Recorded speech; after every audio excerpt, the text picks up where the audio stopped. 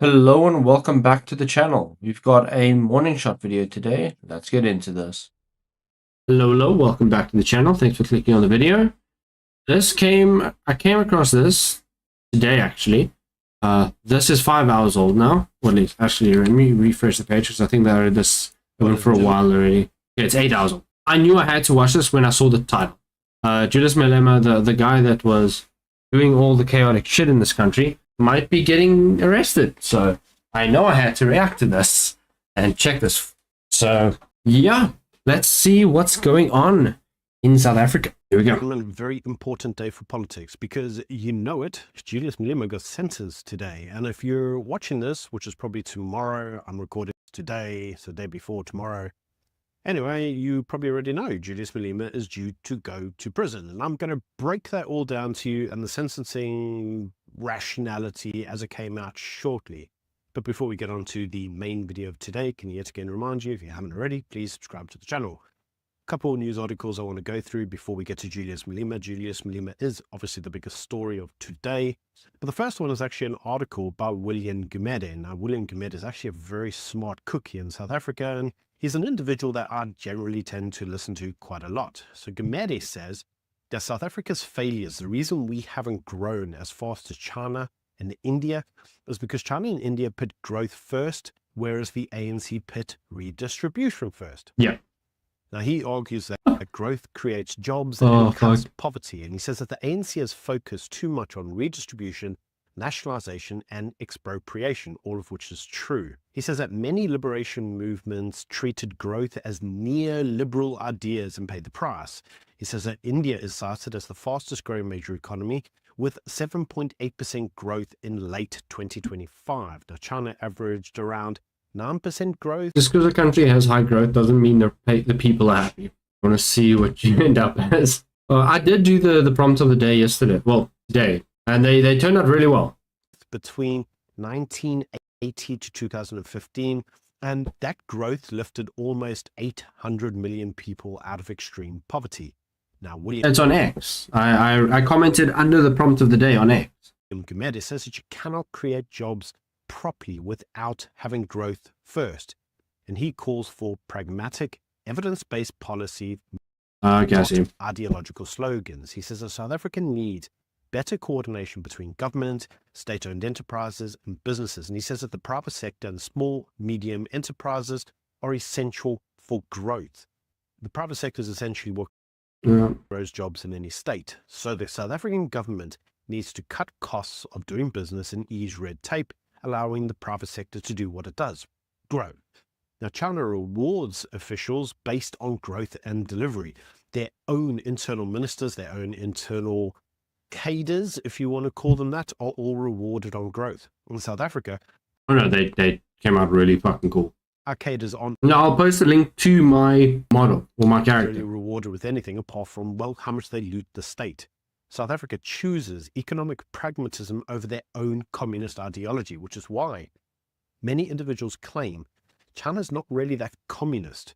Now, William Gumede argues that the ANC, EFF, and MK all cling to old liberation era thinking, and that it is this liberation era thinking that is destroying South Africa's economy. South Africa's investment rate is too low at around 14% of GDP. He says that South Africa should push investment to at least 20% of GDP, and he notes that China invests around 41.13% of GDP, and India around anywhere between 30 to 33%. He says that the South African government spends too much on consumption, wages, grants, and debt, and not enough on infrastructure. So his bottom line is growth first, redistribution after. But I'm reminded, and I've recently been watching some of these old videos of Chris Hani. Chris Hani, way back when, actually advocated for the expropriation or the nationalization of key infrastructure, specifically around Eskom, the roads, the railway, the water. He said that all of these things had to be nationalized in order to create growth, and he advocated for a mixed economy. So the ideology that the ANC uses today is still very much linked to Chris Hani. You will nationalize. It's only now that you are speaking about privatization. You nationalize Eskom, ISCO, SETS. You affirmative programs to uplift the Afrikaner. You help them with heavy subsidies to buy farms so that they should have land. The ANC says, equally, emerging out of a disastrous situation which has impoverished millions, the state must intervene. We cannot leave it to private enterprise to try to distribute resources. And certainly we want to nationalize enterprises like ESCOM, ISCO, SETS. But at the same time we say we are for a mixed economy. And in doing so, we must also take into consideration not to repeat the mistakes of Eastern Europe and Africa. I think we're all agreed about economic growth so that, more jobs should be there.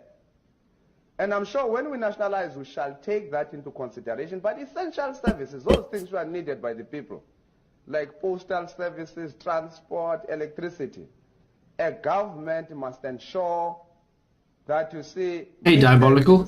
How's it going? All good, appreciate it. A slice of the cake. But we shall allow private enterprise to continue in our country. We shall continue to accept foreign investment. But of course, every government sits down to draw guidelines so that in the final analysis, the operations of conglomerates like Anglo-American, for instance, has committed a crime against our people. I'm sure you have been to the compounds. Despite, the accumulation of profits, the housing there is not fit for animals. And the conditions, discriminatory conditions and labor practices are terrible. We as a government must... Chris Hani's been dead for ages, as has many of the ideas that he clung to. Many of them have been shown not to uplift individuals out of poverty. But one of the things that we can firmly say about the ANC is the ANC refuses to change anything it does in forms of pragmatism. Now, as we've already mentioned ideology, let's turn our attention to Russia, because that's obviously where the ANC got a lot of its ideology from, the old communist bloc. Well, you will recall from our video yesterday that there was a suggestion that Elon Musk was coordinating this Afrikaners refugee program to Russia. Now, this whole Afrikaans refugee program to Russia, a bit like the Amerikaners, is now being framed as the Russiakaners. Now, there's actually an official organization called Russiakaners. How many watch hours do you still need to get monetized? Oh no, I just need 1,000 subs now. Once I hit 1,000 subscribers, I can start putting ads on. I don't really want to put ads on, to be completely honest. But once I hit 1,000 subs, I can start putting ads if I want to.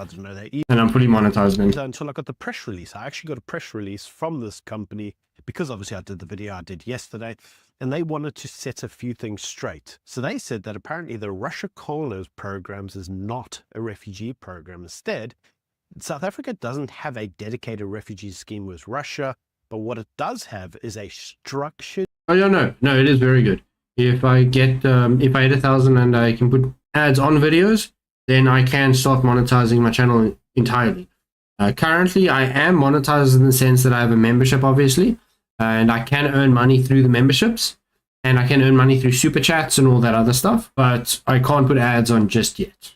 The Agricultural Coordination Initiative tied to developing frameworks in various regions around Russia. So apparently there's 3 distinct regions in Russia where they're doing this skilled farmers or skilled labor exchange.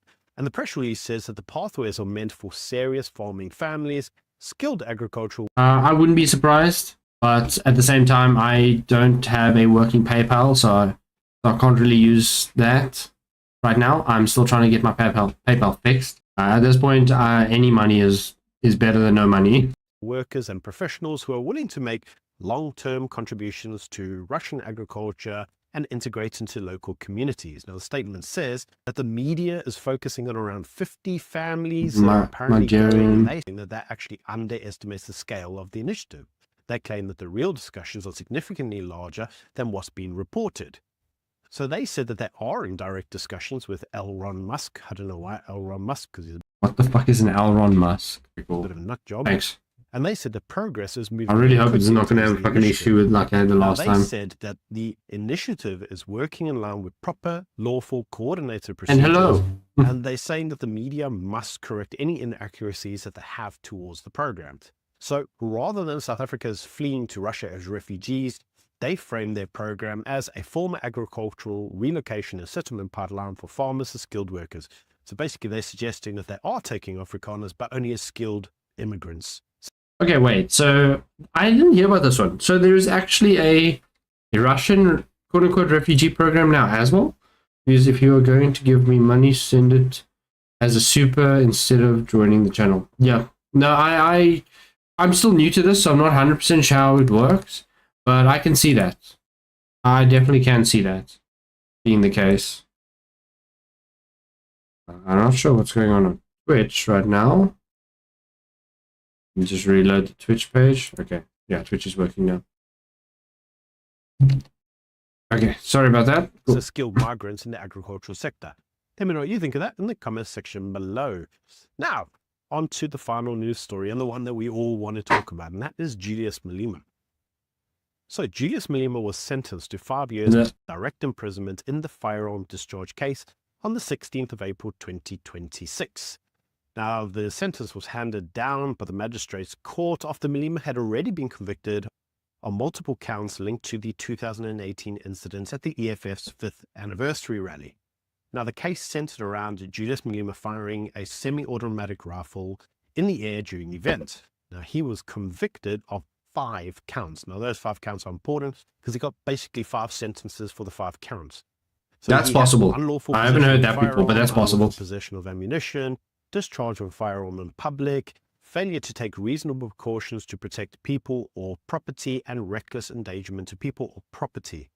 Now, the court's reasoning for their verdict is that, according to the magistrate Oliver, the court had considered both the seriousness of the offense and the fact that Malema was a first-time offender with no outstanding offenses. Matt Hatzer, welcome back. The sentence must fit both the offender and the crime, and also be fair to society while showing mercy to the defendant.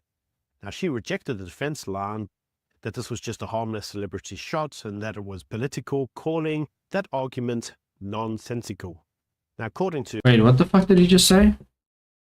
This is the court reasoning breakdown. Wait, sorry, I just want to listen to this again. I wasn't paying attention, sorry. So, Julius Malema was sentenced to 5 years direct imprisonment in the firearm discharge case on the 16th of April. Yeah, so I remember in the one rally, he fired a firearm into the air. So they're going to sentence him for that and not for the other stuff that he said. Cool, that makes sense. 2026. Now, the sentence was handed down by the magistrate's court after Malema had already been convicted on multiple counts linked to the 2018 incidents at the EFF's 5th anniversary rally. Now, the case centered around Julius Malema firing a semi-automatic rifle in the air during the event. Now, he was convicted of 5 counts. Now, those 5 counts are important because he got basically 5 sentences for the 5 counts. So he had unlawful possession of a firearm, unlawful possession of ammunition, discharge of a firearm in public, failure to take reasonable precautions to protect people or property, and reckless endangerment to people or property. Now, the court's reasoning for their verdict is that, according to the magistrate Oliver, the court had considered both the seriousness of the offense and the fact that Malema was a first-time offender with no outstanding offenses. Now, she said that the sentence must fit both the offender and the crime and also be fair to society while showing no mercy to the defendant. Now, she rejected the defense line that this was just a harmless celebrity shot and that it was political, calling that argument nonsensical. Now, according to the firearm discharge was not impulsive, not accidental, and not driven by anger. She said that it was effectively planned as part of the event itself. She said that the act required prior planning about how, when, and where the firearm would be used, and the decision had the approval of the accused and the leadership to use the firearm in the display. So they had planned this, and it was against the law. The magistrate said Malema knew that the conduct would cause serious harm to persons or property, and that the fact that it happened quickly did not reduce its seriousness. So they knew full well what the risks were, they knew why they had done it, they had planned to do it, and yet... Oh, that's a funny one. So, the actual breakdown of the sentencing. Well, in line with the unlawful possession of a firearm, he got 5 years imprisonment. Unlawful possession of ammunition, he got 2 years imprisonment. Discharge of a firearm in public, he got a fine of 20,000 rand. Failure to take reasonable precautions, 20,000 rand. Reckless endangerment, 20,000 rand. So counts 3, 4, and 5 each carry an alternative of 6 months imprisonment if the fine is not paid. Pretty sure Julius is going to pay the 60 grand and just not have that extra additional 6 months. That would be very interesting. Coverage also recorded that the additional punishments would run concurrently with count 1, leaving the practical headline sentence as 5 years. So basically, he's going to serve 2 years while serving the 5 years. So effectively, he's got 5 years, not 7 years. Some people are saying that what you do is you take the 5, you add the 2, and you get 7 years. It's effectively a 5-year sentence. Now, the court also found that Malema was unfit to possess a firearm, meaning that he will lose his firearm license. I didn't actually know he had a firearm license.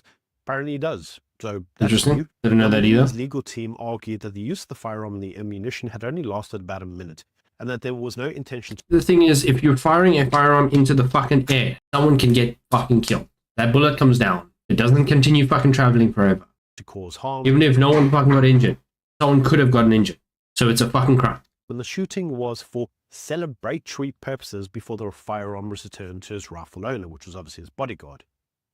Now, almost immediately after the sentence was passed, Malema's advocate argued for leave to appeal, saying that the court had erred in treating state witnesses as credible and had shown bias against the defense witnesses. They also said that the sentence was inappropriate. They further argued that there was no DNA evidence linking Malema to the crime, and the spent cartridges could not be linked to him, and there was a lack of eyewitness evidence, though we've all seen the video. Everybody's seen the freaking video, but you know, now News 24 reported that Malema's legal team is appealing the sentence, which Malema told us that he would do. I actually showed it to you in videos yesterday where he had been on foremost of talk shows and actually said, if I'm sentenced, I'm going to appeal. Now, the sentencing took place in a packed courtroom, reflecting how politically charged and high-profile the case has become. Mainly because that's what Julius does. He makes many of his cases high profile, and he thinks that the high profile nature of the cases that he's running means that the threats of violence will reduce any form of sentencing that he gets, and so far it's actually worked. Apart from this occasion, it didn't work. Now, outside the Johannesburg High Court, EFF supporters gathered to watch the live proceedings from East London, and the crowd was reported to be growing as the sentence approached. Now, EFF Gauteng... No, I didn't. I originally created my model on Vroid, and then the actual art that you see in a lot of the places that my art is at is all made with Grok. Leaders were reportedly leading members in chants and songs outside the court. And I must say, the songs and chants don't really change the nation. I know you guys love to sing and shout, but to be honest, what we saw almost immediately after the sentence was passed was everybody was like, oh, going home now. Yep. Now, the EFF leader told supporters during a court adjournment that whatever sentence that he's handed, we are going home with the commander-in-chief. So the original Vtuber model that I used, I made on Vroid. Because this is exactly what they believe. They believe that they are going to almost ignore anything. But it's very basic. Anything that the state has to say, because Julius is above the law. Well, in this instance, he's not. Now, News 24 also quoted one supporter from Orange Farm saying that she feared that there could be violence if Malema was jailed, and that she said that no one wants violence. But you see, again, this is the problem with Julius. There's always threats of violence. He doesn't have to follow the law because the alternative is violence. This isn't the way you run a country. Now, another supporter had traveled from Ladysmith and said Malema had not killed anybody and claimed that the case was being used to abuse him politically. But you see, even if he had killed somebody, they would all be saying the same thing. Because Malema thinks he's outside the realms of the courts. That's the problem. And the problem is he's a piece of shit that just thinks he can get away with anything. No politician is outside the realms of the courts. Even the defense attorney, if you watched my video yesterday, where I actually showed you what he argued, he said... There's a lot to know, members of the public and members of the political elite must be subject to the same law. Otherwise, it's not a fair state. That's the issue at stake here. Now, News 24 estimated that there was around 1,000 EFF members outside the Johannesburg High Court during the proceedings. And to be honest, if you watch it on camera, it always looks more because of the way they catch the camera angles. But 1,000 people's like, meh. Like, who cares? And as I said in my video yesterday, Julius Malema's influence is significantly degrading by the day. He is no longer a significant threat to South Africa. His political party is in the dumps at the moment. Now, some have argued that this may mean that he goes to court, and what effectively happens is he comes out, brand new Mandela, and he has the new Mandela effect, and people vote for him. Maybe, don't know. Now, Malema's co-accused, his bodyguard, had been acquitted of charges, including failure to take reasonable cautions and giving a firearm to someone not allowed to possess it. So he's got off scot-free. Basically, the judgment was brought by Malema. So I actually want to talk about this judgment. Many of you who don't like him will be like, yes, Julius is finally getting his day. It's very simple to use. The only thing you need is to have access to Grok when you game with... I game with all of them. Well, I game with this one or the gaming chair one.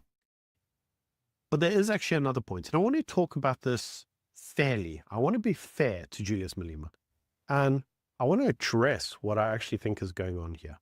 Throat chair. Yep.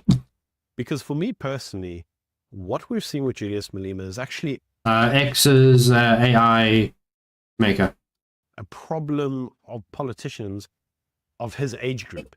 And that's effectively, Julius Malema is what I can only describe as a social media politician. Like, a lot of his following comes from online. He's on X, he's on Facebook. He gets a lot of his following from online. He appeals to a younger audience that's maybe tech savvy.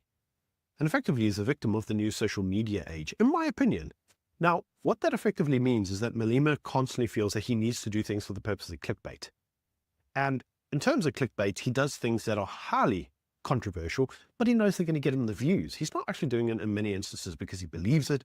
Oh no, you can't use Grok's video generation for free anymore. They went away from free completely. He thinks that, like, what's the most ridiculous, outstanding thing that I can do today? It's going to get me on the front page of the news. You know what? Like, quite often it does. He is very much a social media influencer politician. Yep. And a lot of his stunts are done with that in mind. You watch him and the things that he says. Many of the things that he says, he doesn't really believe, but he says it because he knows it will get him the views.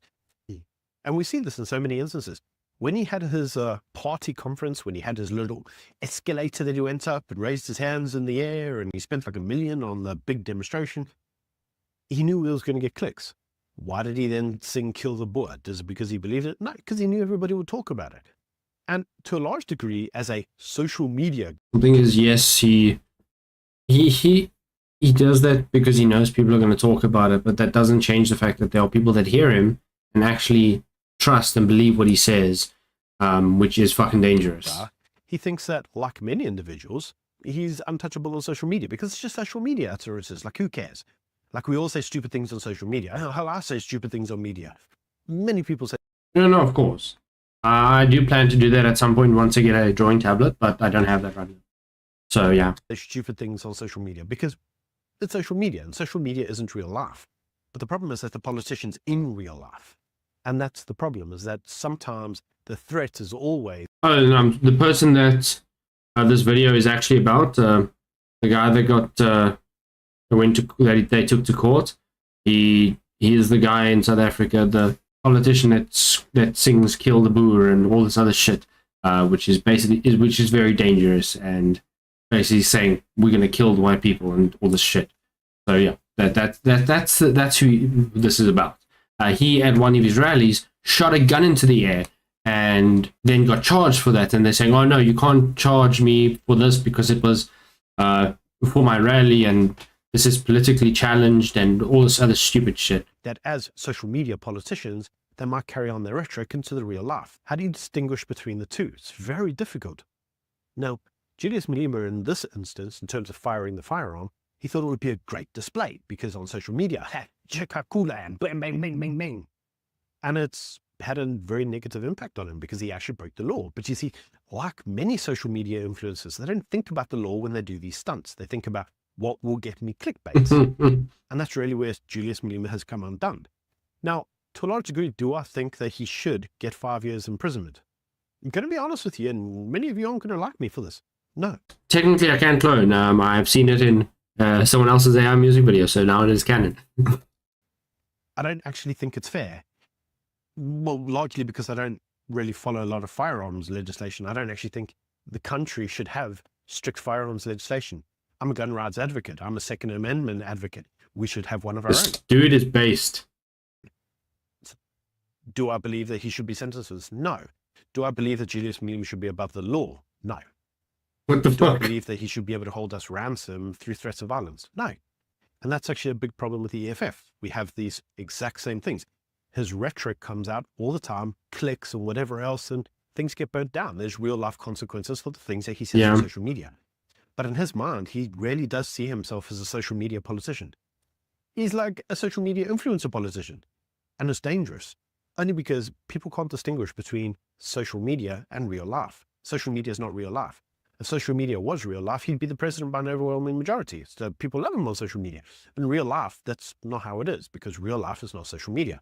Yeah. And I think Julius Malema almost fell in love with his own legend on social media. He's not a politician who's based on the here and now on the ground. Like he says that he is. I'm here for the masses. I'm here on the ground. Like, not really. End of the day, Malema is a piece of shit. Yes, he should have been arrested. He should be in prison. Way before the gunshot into the air thing. Check out Morning Shot. He does a lot of coverage when it comes to South African news. And not a lot of people actually know what happens in South Africa, so I enjoy reacting to his stuff so more people can see what's actually going on around the world. Thanks guys for watching. Hope you guys enjoyed. Hope you guys learned something new about South Africa. But I'll see you guys in the next video. Goodbye.